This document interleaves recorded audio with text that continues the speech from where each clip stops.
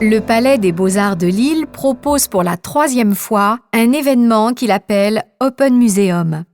Au premier semestre 2016, le musée a donc confié le lieu à Zep, l'artiste suisse très populaire en France pour ses bandes dessinées amusantes pour attirer de nouveaux publics.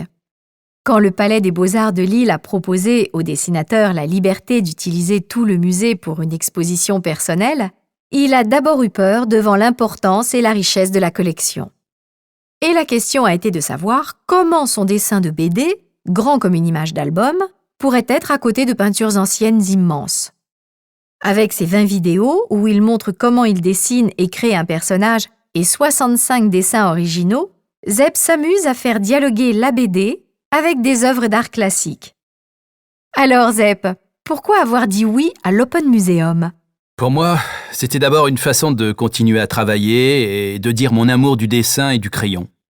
J'avais envie qu'on voit des dessins et des vidéos qui montrent que la main est essentielle dans l'art et dans la peinture.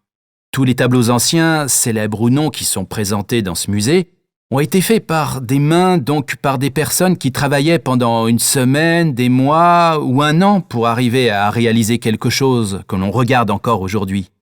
Donc, je voulais que mes dessins actuels permettent aux jeunes générations de venir voir et de comprendre que l'art d'aujourd'hui est la conséquence et la suite logique d'une longue tradition.